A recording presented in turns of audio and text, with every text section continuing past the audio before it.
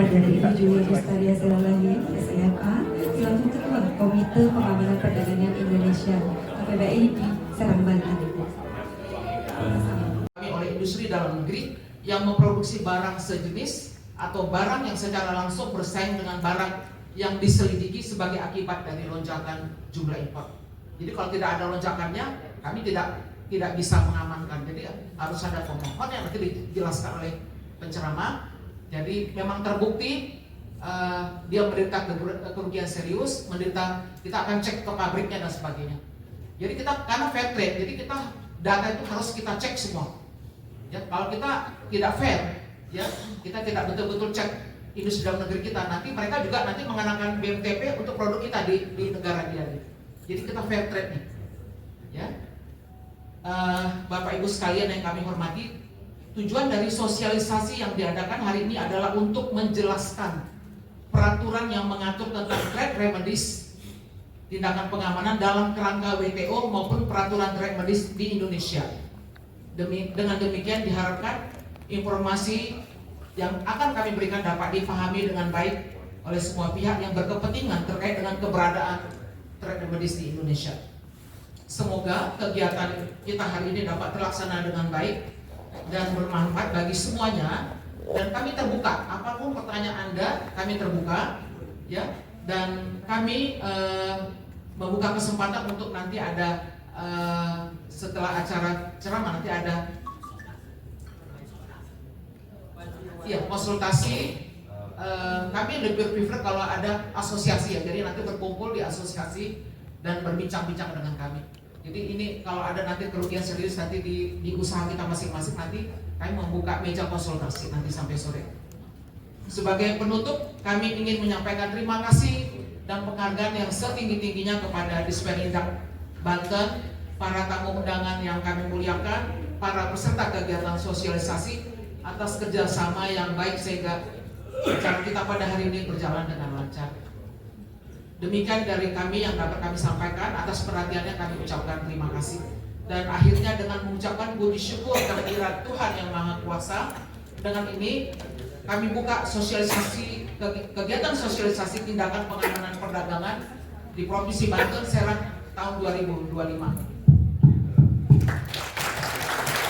Kepada para Bapak Ibu pelaku usaha yang sudah hadir, kita manfaatkan momen ini untuk memperkuat bagaimana industri yang ada di Banten berdaya saing dan mampu menghadapi situasi persaingan global. Dan mudah-mudahan kami juga di Dinas Ketenaga Perdagangan akan melakukan tugas tambahan yang akan kita perkuat juga komunikasinya dengan para asosiasi nanti. Jadi Bapak Ibu juga akan kita undang lagi. Sekian saya kira yang dapat saya sampaikan. Sekali lagi terima kasih dan mohon maaf bila ada hal yang kurang berkenan. Bila taufik wa hidayah. Wassalamualaikum warahmatullahi wabarakatuh. Sepatu fans kami adalah pemasok sepatu dalam negeri. Pertanyaan saya ini Pak, tadi yang berkaitan dengan safeguard ini, satu, timeline-nya itu berapa lama Pak? Dari kita melapor sampai itu menjadi satu tindakan yang sudah terjadi ini, prosesnya itu berapa lama? Kedua, pertanyaan saya itu apakah sudah ada yang pernah melapor untuk di industri alas kaki dan garment? Kok saya lihatnya kok nggak ada tadi di apanya itu padahal yang sekarang terburuk itu banyak ya, kita tahu ya, Sweetex, Bata, segala macam itu betul. Ketiga, pertanyaan saya, untuk impor ini ya kan, apakah data itu dilihat juga dengan barang setengah jadi yang diimpor itu? Jadi kayak misalnya alas kaki ini kan ada yang utuh, ada yang setengah jadi. Dan bagaimana sekarang ini juga dengan yang pertanyaan saya adalah pengontrolan untuk barang palsu, barang KW Pak. Ini terlalu banyak untuk di industri alas kaki. Nah ini bagaimana kok bisa masuk gitu? Apakah itu ada datanya? Itu. Terima kasih Pak. Ibu. kasih.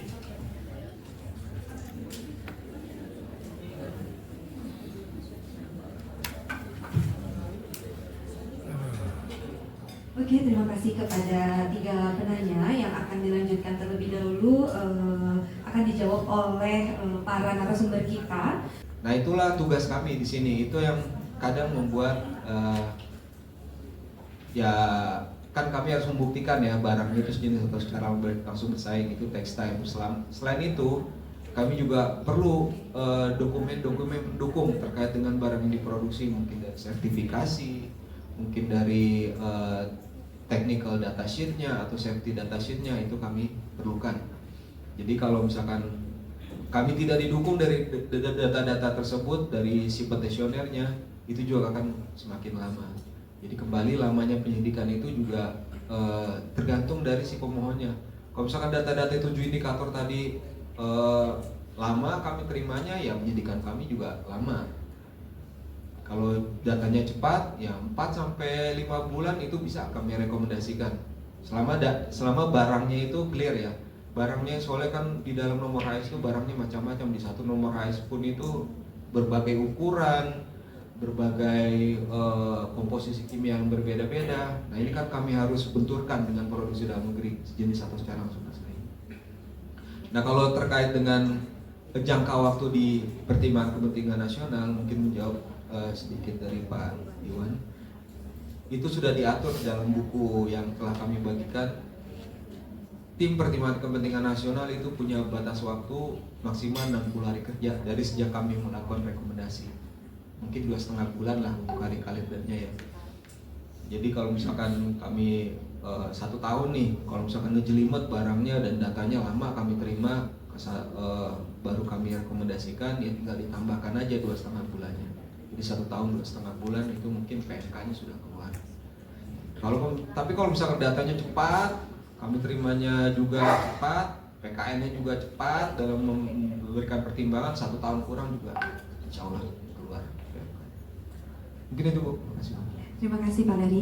Berarti untuk pertanyaan dari Pak Iwan, sepatu fans ya Pak ya, produknya, di mana timeline tadi sudah dijawab oleh Pak Larry, kurang lebihnya 2,5 bulan, berarti 1 tahun plus 2,5 bulan tadi ya Pak ya. Kemudian pertanyaan selanjutnya adalah apakah sudah pernah ada yang melapor terkait alas kaki dan garmen, serta dilihat juga tidak dari bahan setengah jadinya, materialnya mungkin, dan bagaimana proses pengontrolan dari barang palsu tadi? Apakah dari KPPI ada indikasi untuk proses monitoring sampai ke arah sana? Seperti itu. Bu Agasta? Ya, silahkan. Terima kasih pertanyaannya Pak Iwan. Jadi kalau terkait ada yang minta safeguard atau kita udah asistensi ya kayaknya ya. Ada 2 asosiasi mah. Ada sosialisasi dan memang tekstil dan alas kaki ini kan bahan bakunya nih saling maksudnya dari tekstil juga kan, bahan bakunya tekstil dan sebagainya. Jadi kalau barang setengah jadi, selama memang industri dalam negerinya juga memproduksi barang setengah jadi, itu bisa. Jadi yang penting industri dalam negerinya ada atau tidak. Karena ini memang tekstil agak rumit, satu dilindungi, yang satu katanya bahan bakunya yang dilindungi. Jadi biasanya kan yang hilir suka ngambil yang dari impor ya. Ya saya juga memahami bahwa namanya bisnis seefisien mungkin, cost of production-nya itu wajar sih sebenarnya. Jadi kalau misalkan barang setengah jadi selama industri dalam negerinya ada bisa Pak. Nanti cuman ya itu industri dalam negeri sama importer kan selalu two side ya Pak ya, saling tarik menarik kan. Yang ini butuh, yang ini ya saya mau berkembang kemana, diimpor semua, tapi bahan baku ya ini nanti yang dari dalam negeri kurang ini kurang itu atau harganya sekian. Nah itu akan selalu ada di setiap, terutama di tekstil karena ya, pohon industrinya kan agak complicated ya, karena dari benang ke kain terus bisa dipakai ke pakaian jadi, tapi bisa juga ke alas kaki kan dan sebagainya. Jadi itu sebenarnya industri barang setengah jadi juga bisa Pak. Nanti tergantung yang tadi Pak Larry bilang kan penentuan deskripsi barang HX itu kan yang kadang-kadang kita juga kalau barangnya mudah dilihat dan dikenali itu biasanya penentuan barang deskripsi barangnya itu mudah. Tapi kalau udah mulai susunannya kimia, LLDPE, terpal, nah itu mulai perjuangannya itu sulit gitu kan. Jadi kadang kalau tadi Bapak bilang timeline itu ya tergantung dari penentuan deskripsi barang sama ya data-data yang kita peroleh dari IDN seperti itu. Karena gini, kita kan hitung tren. Kadang suatu perusahaan itu juga produksinya bukan hanya itu kan Pak, tapi laporan keuangannya biasanya nyampur gitu kan. Nah itu kan harus dipisahkan. Nah dia dipisahkan, makanya sebelum masuk permohonan biasanya kita asistensi dulu karena itu lumayan lama Pak. Karena misalnya perusahaan punya 5 produk yang rugi 1 kan, tapi laporan keuangannya 4 buat 5 produk gitu kan, dan bisa jadi bahan baku itu yang 1 dipakai untuk 4, yang 1 dipakai hanya 2, yang 2 lagi dipakai yang lain gitu kan. Nah itu pemisahannya itu kan saya tahu juga nggak mudah juga gitu, karena kalau di bisnis kan saling subsidi silang mana yang ya nanti menyupport kan, cuman kita nggak mau kehilangan pasar juga walaupun mungkin penjualannya nggak banyak, tapi kalau kehilangan pasar sangat disayangkan seperti itu. Ada tambahan lagi Pak Iwan? Ya Pak Iwan, ada yang ditanyakan lagi? Jadi kayak tadi kan tadi kan yang alas kaki udah ada yang pernah lapor loh Pak ya? Udah. Itu udah berapa lama? Jadi saya mau tahu aja, maksudnya kayak gini kan udah ada yang berapa contoh tuh Bu? Itu apakah aktualnya itu satu tahun plus 2 bulan itu kah? Apa yang baru sebatas asistensi tapi belum ada surat permohonan Pak, jadi masih kontak-kontakan karena yang terjadi adalah di asosiasi sendiri pun punya dua suara yang mendukung dan tidak mendukung. Nah kami biasanya kalau asosiasinya 2 suara, kami juga berharapnya ya 1 suara aja mau diamankan atau enggak gitu, karena nanti ketika berjalannya penyelidikan tarik menariknya nggak cuma sama importir ternyata. Nanti tarik menariknya di dalam asosiasi yang 2 kubu itu dan importir gitu. Jadi ketika dan ada major proportion kan Pak di sana kan produksi. Nah kita kan harus lihat kalau 2 kali ini banyakan yang mendukung atau tidak. Tapi ya namanya di dalam asosiasi kan Bapak yang lebih paham ya bagaimana mereka ya pasti semua memperjuangkan bisnisnya masing-masing lah intinya. Jadi asosiasi sampai saat ini masih 2 suara ya Pak Larry ya. Dan itu kayaknya awal tahun ya. Awal tahun. Sosialisasinya juga awal tahun. Permintaannya juga asosiasi yang udah ke kita apa? Apresindo sama kayaknya ada satu lagi deh. Apresindo sih sudah ke kita. Ya seperti itu. Tapi ya waktu itu sempat bilang masih belum pernah apa nih.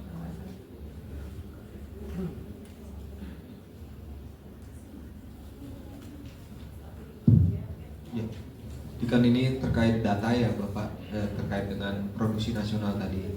Jadi memang untuk mengkolek data tersebut, kebetulan tuh ketua asosiasinya David Holik tuh Pak, itu artis kalau nggak salah. Nah itu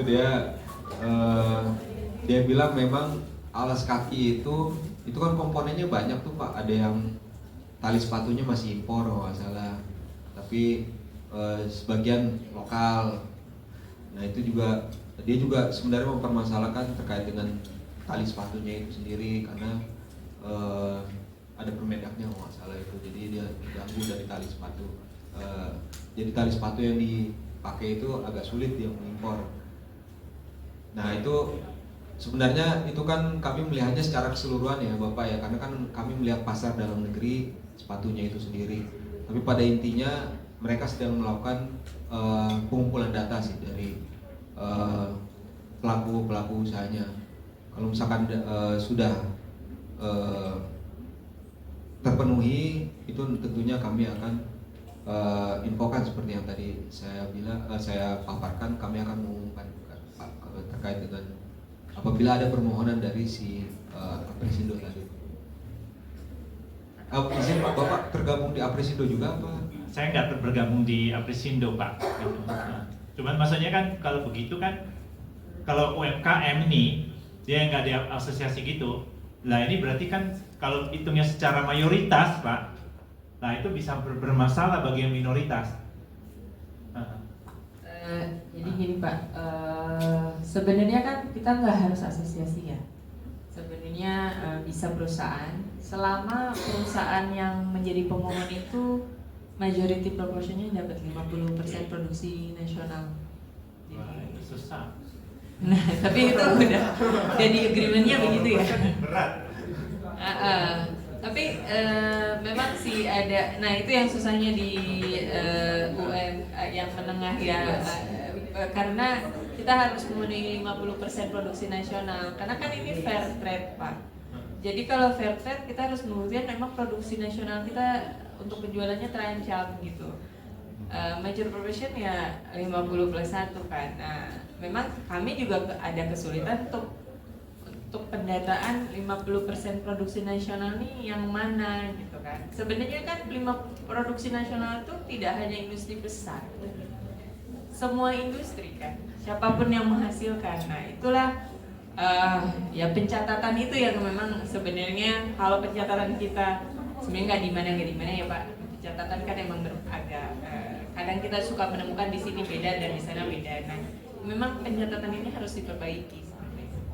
Mungkin dari dinas juga bisa membantu pencatatannya, jadi bisa dikumpulkan gitu Pak maksudnya. Ya, saya juga paham juga karena ya pendataan itu ya di kita memang agak sulit kan, ya kita harus melakukan perbaikan diri gitu bersama-sama untuk bisa melindungi diri kita sendiri dan untuk mengupgrade bisnis kita juga seperti itu Pak. Oke, terima kasih Bu Mesta. Pak Iwan, bagaimana tanggapannya? Cukup.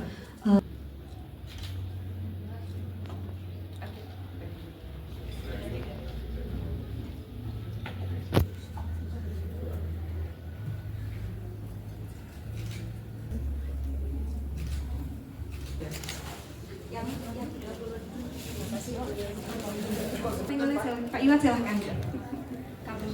Terima kasih Pak.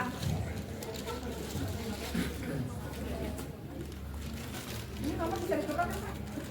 Saya nggak tahu dulunya.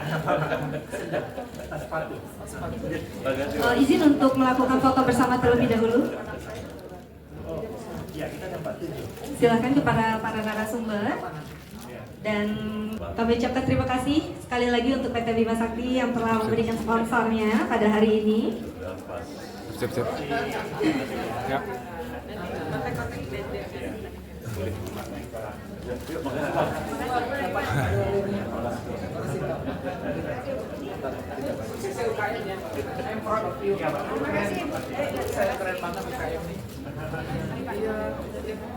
Semangat ya. Iya. Saya ucapkan kembali terima kasih kepada PT Bima Sakti Karya Prima yang sudah mendukung kegiatan hari ini.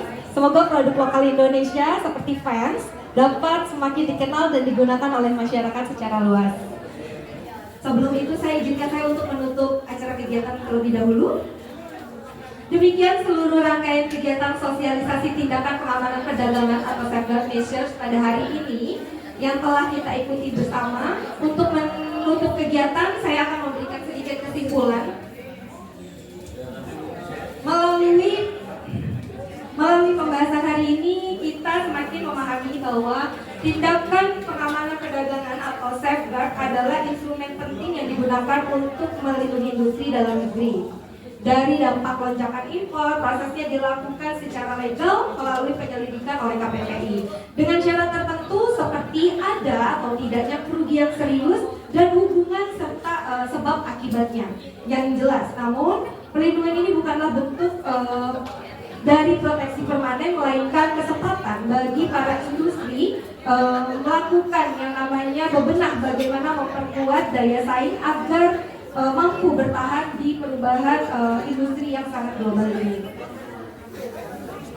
Terima kasih kami sampaikan kepada para narasumber pada kegiatan hari ini yang telah berkenan memberikan materi yang sangat luar biasa, Bapak Ibu. Semoga materi yang ini dapat diterima oleh para pelaku pelaku usaha. Maka kegiatan hari ini, rangkaian kegiatan sosialisasi tindakan pengamanan perdagangan secara resmi ditutup. Dengan demikian, saya pembawa acara mohon undur diri dan menyatakan berakhirnya sesi utama dan mengalihkan kegiatan ini pada tim panitia untuk sesi konsultasi teknis. Terima kasih atas perhatiannya dan partisipasi Bapak Ibu sekalian. Saya tutup. Wabillahi taufiq wal hidayah. Assalamualaikum warahmatullahi wabarakatuh.